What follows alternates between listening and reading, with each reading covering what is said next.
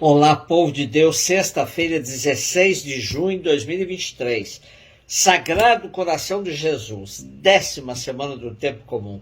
Nossa reflexão de hoje é a partir de Deuteronômio 7, de 6 a 11, primeira carta de João 4, 7, 16 e Mateus 11, 25, 30. Moisés falou ao povo dizendo: Tu és um povo consagrado ao Senhor teu Deus. O Senhor teu Deus te escolheu dentre os povos da terra para seres o seu povo preferido.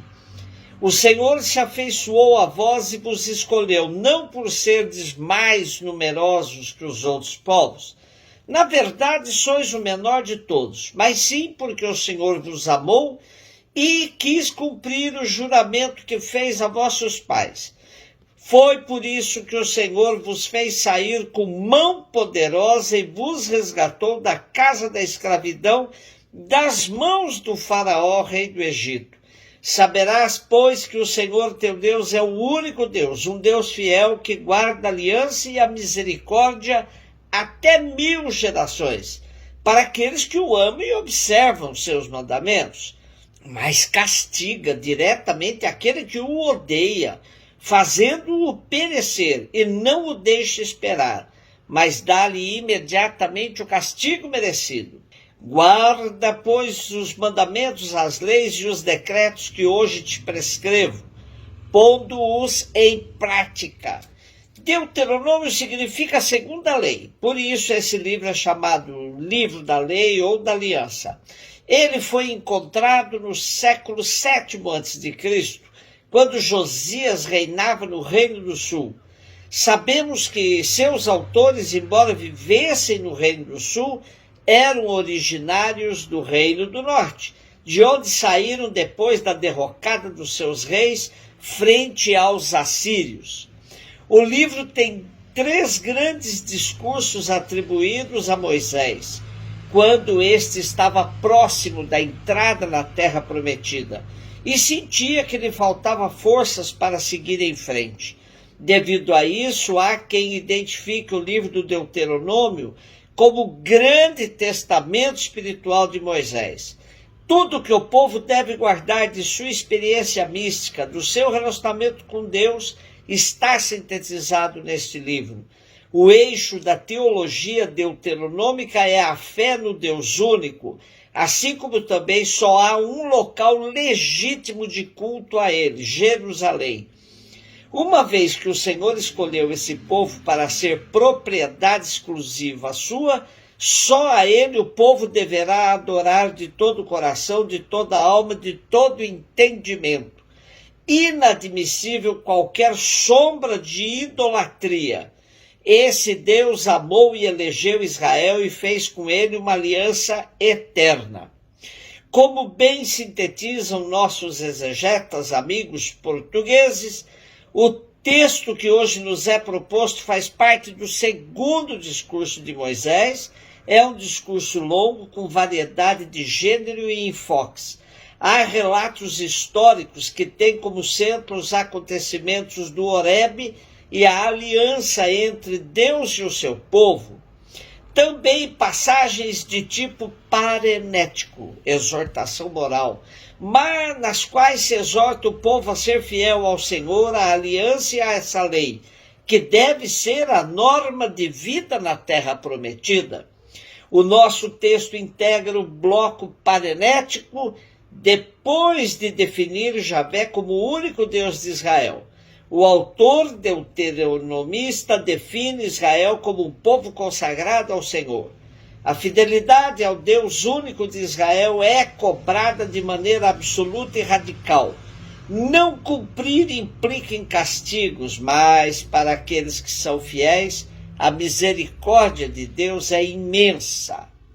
Primeira carta de João 4, 7 a 16. Caríssimos, amemo-nos uns aos outros, porque o amor vem de Deus e todo aquele que ama nasceu de Deus e conhece Deus. Quem não ama não chegou a conhecer Deus, pois Deus é amor. Foi assim que o amor de Deus se manifestou entre nós. Deus enviou seu Filho único ao mundo para que tenhamos vida por meio dele. Nisto consiste o amor. Não fomos nós que amamos a Deus, mas foi Ele que nos amou e enviou seu Filho como vítima de reparação pelos nossos pecados. Caríssimos, se Deus nos amou assim, nós também devemos amar-nos uns aos outros. Ninguém jamais viu a Deus. Se nos amamos uns aos outros, Deus permanece conosco e seu amor é plenamente realizado entre nós. A prova de que permanecemos com Ele e Ele conosco é que Ele nos deu o seu Espírito. E nós vimos e damos testemunho que o Pai enviou seu Filho como Salvador do mundo. Todo aquele que proclama que Jesus é o Filho de Deus, Deus permanece com Ele e Ele com Deus, e nós conhecemos o amor que Deus tem para conosco e acreditamos nele. Deus é amor. Quem permanece no amor, permanece com Deus e Deus permanece com ele. Essa cartinha atribuída a João dirige-se às comunidades cristãs espalhadas na Ásia Menor. Lendo por trás das palavras, percebe-se que se tratam de comunidades que vivem uma grave crise, sobretudo pela infiltração de pessoas com doutrinas estranhas ao cristianismo nascente. É tempo de proliferação da ideologia gnóstica, que afirma conhecer a Deus, mas dispensa o caminho da graça e do reconhecimento do messianismo de Jesus. Entre outras coisas, dizem que é desnecessário guardar os mandamentos e que não tem pecado. Porém, o que mais desprezam é a necessidade de viver o mandamento do amor uns aos outros. Daí a insistência do autor do nosso texto no caminho do amor para conhecer a Deus. Quem permanece no amor, permanece com Deus e Deus permanece com ele. Como conclusão mais absoluta e cabal para refutar de vez os seguidores da gnose, nosso autor define: Deus é amor. Mateus 11, 25, 30, Jesus pôs-se a dizer: Eu te louvo, ó Pai, Senhor do céu e da terra, porque escondeste estas coisas aos sábios e entendidos, e as revelaste aos pequeninos. Sim, Pai, porque assim foi do teu agrado. Tudo me foi entregue por meu Pai, e ninguém conhece o Filho senão o Pai, e ninguém conhece o Pai senão o Filho, e aquele a quem o Filho o quiser revelar.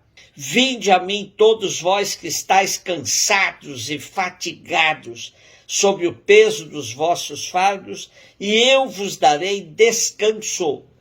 Tomai sobre vós o meu jugo e aprendei de mim, porque sou manso e humilde de coração. E vós encontrareis descanso, pois o meu jugo é suave e o meu fardo é leve. Voltemos à síntese apresentada pelos nossos irmãos exegetas portugueses, pois ela é muito pertinente. Dizem eles: o evangelho que hoje nos é proposto faz parte de uma seção em que Mateus apresenta as reações e atitudes que as várias pessoas e grupos assumem frente a Jesus e a sua proposta de reino. Vai de Mateus 11, 2 a 12, 50. Nos versículos que antecedem este episódio, Jesus havia dirigido uma veemente crítica aos habitantes de algumas cidades situadas à volta do lago de Tiberíades, Coroazim, Betsaida e Cafarnaum, porque foram testemunhas da sua proposta de salvação e mantiveram-se indiferentes.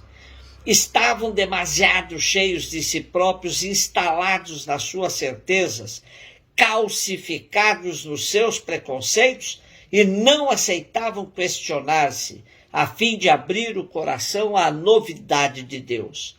Agora Jesus manifesta-se convicto de que essa proposta, rejeitada pelos habitantes das cidades do lago, encontrará acolhimento entre os pobres e marginalizados, desiludidos com a religião oficial e que anseiam pela libertação que Deus tem para lhes oferecer. Quem é esse Deus em quem acreditamos? Qual é a sua essência? como é que o podemos definir? A liturgia desse dia diz-nos que Deus é amor. Convida-nos a contemplar a bondade, a ternura e a misericórdia de Deus, a deixarmos-nos envolver por essa dinâmica de amor, a viver no amor a nossa relação com Deus e com os irmãos. O Evangelho garante-nos que esse Deus que é amor tem um projeto de salvação e de vida eterna para oferecer a todos. A proposta de Deus dirige-se especialmente aos pequenos, aos humildes, aos oprimidos, aos excluídos, aos que jazem em situações intoleráveis de miséria e de sofrimento.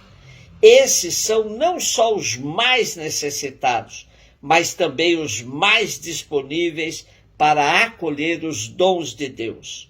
Só quem acolhe essa proposta e segue Jesus poderá viver como filho de Deus em comunhão com Ele. Um beijo no seu coração.